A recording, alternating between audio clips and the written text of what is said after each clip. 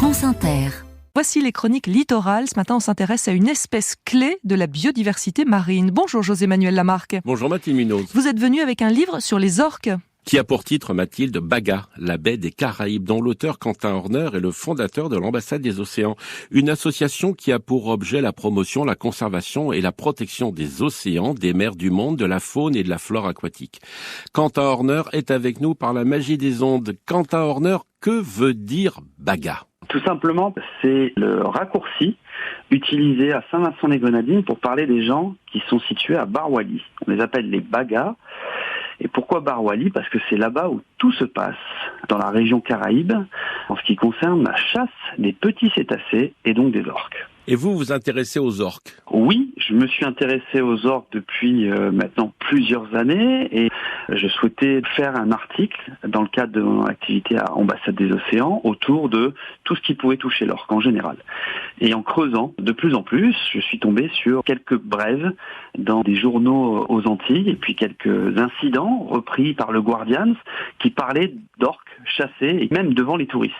Et en l'occurrence, je me suis rapproché des acteurs locaux et in fine, ils m'ont tendu la main pour venir voir comment ça se passait sur place. Et les orques, c'est dans une dizaine de pays, dont Saint-Vincent-les-Grenadines, où nous avons été investigués sur place. Et c'est l'objet du livre. Oui, justement, c'est l'objet du livre, c'est toute une aventure humaine. Mais est-ce que la chasse des orques est autorisée dans cette région ? Elle est plus ou moins autorisée, plus ou moins tolérée, mais elle est sujet quand même à des protocoles qui visent à les protéger. Le SPAO protocole, qui est un protocole régional, fait bien valoir que c'est une espèce qui est importante pour la biodiversité locale et est un parapluie ou un paratonnerre justement pour montrer que la région fait des efforts en matière de conservation de cette espèce-là. Néanmoins, la pression internationale qui fait de cette espèce une des plus étudiées au monde et les réactions donc des touristes à l'étranger fait peser un questionnement sur la pérennisation et surtout de protéger cette espèce-là qui est l'espèce clé de voûte de la biodiversité marine. Est-ce que votre livre Bagage a aidé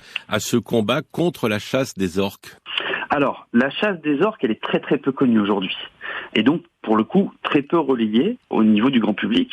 En ce sens-là, il y a une grande difficulté au niveau mondial de faire valoir la chasse des petits cétacés, en général.